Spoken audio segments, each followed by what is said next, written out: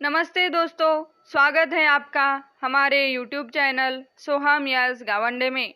चलिए सुनते हैं पूजनीय बापूजी के सत्य के प्रयोग अथवा आत्मकथा और हमारे जीवन को और भी सुंदर, सरल और सफल बनाने का प्रयास करते हैं।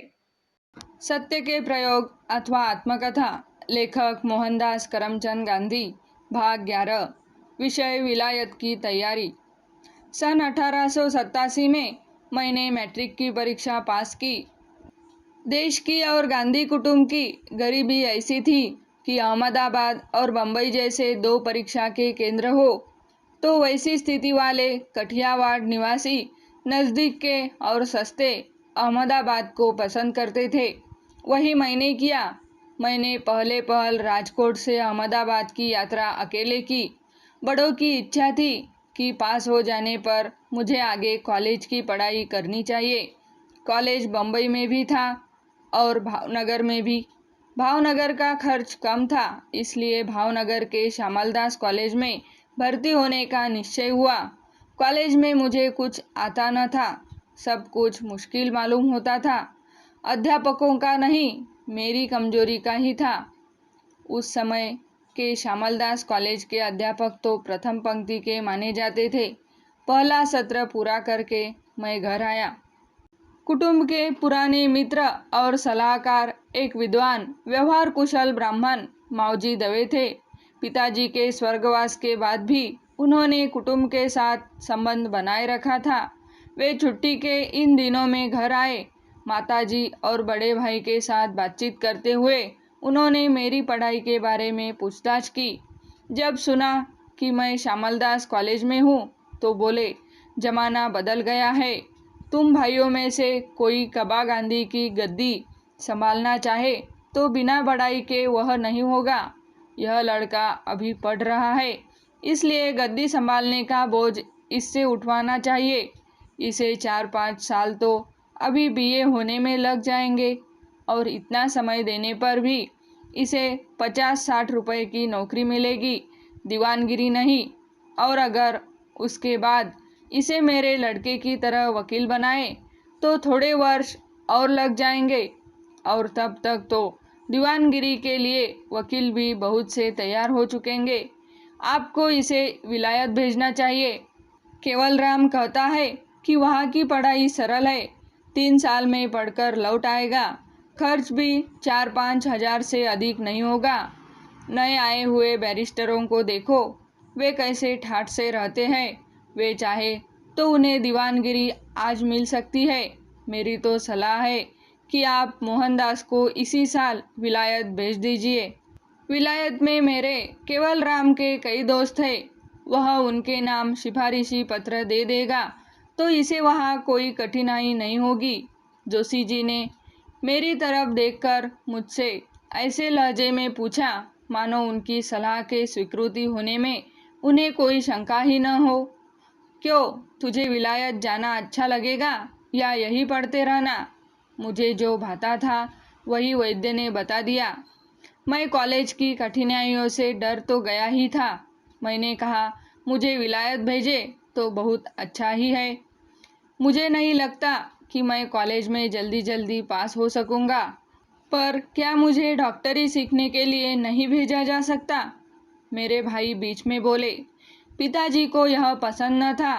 तेरी चर्चा निकलने पर वे यही कहते कि हम वैष्णव होकर हाड़ मांस की चीरफाड़ का काम न करें। पिताजी तो तुझे वकील ही बनाना चाहते थे। जोशी जी ने समर्थन किया। मुझे गांधी जी की तरह डॉक्टरी पेशे से अरुचि नहीं है। हमारे शास्त्र इस धंधे की निंदा नहीं करते, पर डॉक्टर बनकर तू दीवान नहीं बन सकेगा। मैं तो तेरे लिए दीवान पद अथवा उससे भी अधिक चाहता हूँ, तभी तुम्हारे बड़े परिवार का निर्वाह हो सकेगा। जमाना दिन पर दिन बदलता जा रहा है और मुश्किल होता जाता है, इसलिए बैरिस्टर बनने में ही बुद्धिमानी है। माताजी की ओर मुड़कर उन्होंने कहा, आज तो मैं जाता हूँ। मेरी बात पर विचार करके देखिए। जब मैं लौटूंगा तो तैयारी के समाचार सुनने की आशा रखूंगा। कोई कठिनाई हो तो मुझसे कहिए। जोशी जी गए और मैं हवाई किले बनाने लगा।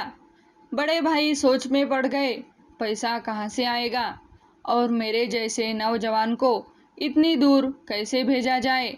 माताजी को कुछ सूझ न पड़ा। वियोग की बात उन्हें जची ही नहीं, पर पहले तो उन्होंने यही कहा, हमारे परिवार में अब बुजुर्ग तो चाचा जी ही रहे हैं, इसलिए पहले उनकी सलाह लेनी चाहिए। वे आज्ञा दे तो फिर हमें सोचना होगा। बड़े भाई को दूसरा विचार सूझा। पोरबंदर राज्य पर हमारा हक है। लेली साहब एडमिनिस्ट्रेटर है। हमारे परिवार के बारे में उनका अच्छा ख्याल है। चाचा जी पर उनकी खास मेहरबानी है।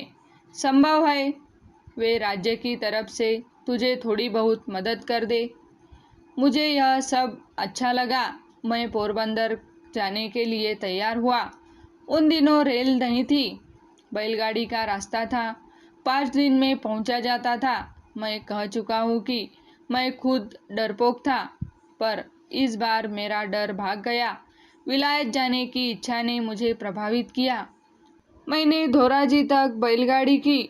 धोराजी से आगे एक दिन पहले पहुंचने के विचार से ऊंट किराए पर लिया। ऊंट की सवारी का भी मेरा यह पहला अनुभव था।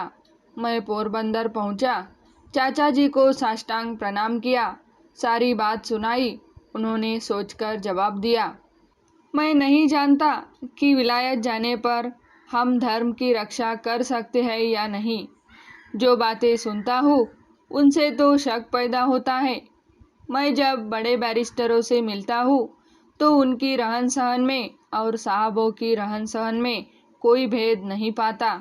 खाने पीने का कोई बंधन उन्हें होता ही नहीं। सिगरेट तो कभी उनके मुंह से छूटती ही नहीं। पोशाक देखो तो वह भी नंगी। यह सब हमारे कुटुंब को शोभा न देगा, पर मैं तेरे साहस में बाधा नहीं डालना चाहता। मैं तो कुछ दिनों बाद यात्रा पर जाने वाला हूँ। अब मुझे कुछ ही साल जीना है। मृत्यु के किनारे बैठा हुआ मैं तुझे विलायत जाने की, समुद्र पार करने की इजाज़त कैसे दूँ? लेकिन मैं बाधक नहीं बनूंगा। सच्ची इजाज़त तो तेरी माँ की है। अगर वह तुझे इजाज़त दे दे तो तू खुशी खुशी जाना। इतना कहना कि मैं तुझे रोकूंगा नहीं। मेरे आशीर्वाद तो तुझे है ही।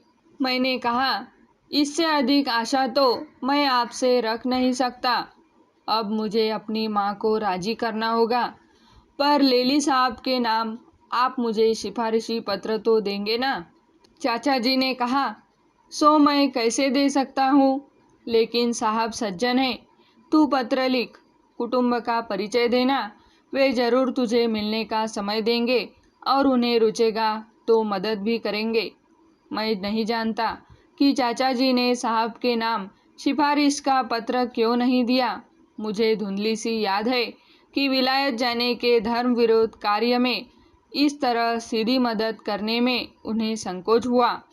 मैंने लेली साहब को पत्र लिखा। उन्होंने अपने रहने के बंगले पर मुझे मिलने बुलाया।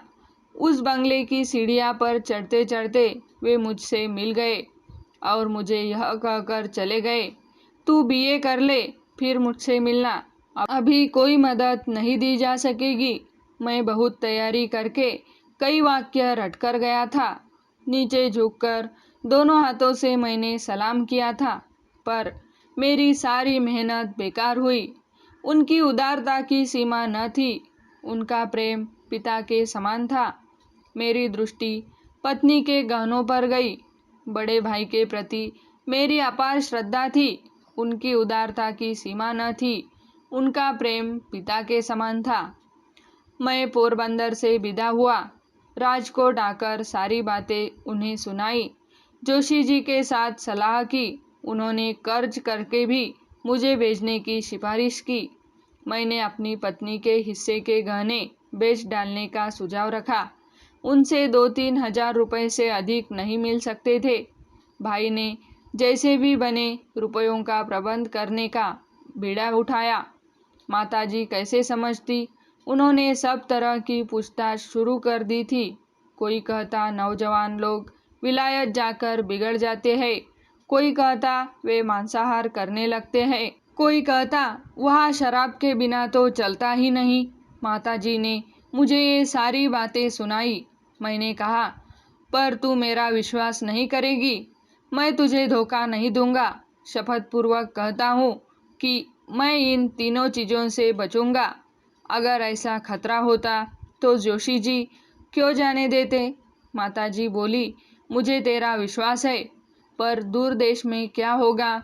मेरी अकल तो काम नहीं करती। मैं बेचरजी स्वामी से पूछूंगी।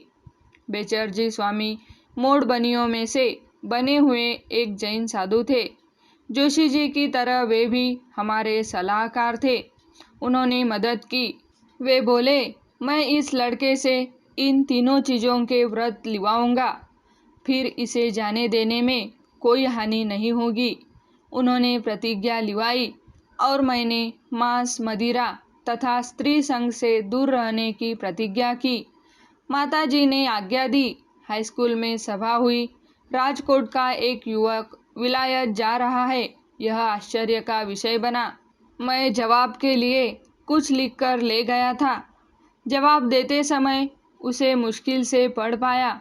मुझे इतना याद है कि मेरा सिर घूम रहा था और शरीर काँप रहा था। बड़ों के आशीर्वाद लेकर मैं बम्बई के लिए रवाना हुआ। बम्बई की यह मेरी पहली यात्रा थी। बड़े भाई साथ आए, पर अच्छे काम में 100 विघ्न आते हैं। बम्बई का बंदरगाह जल्दी छूट न सका।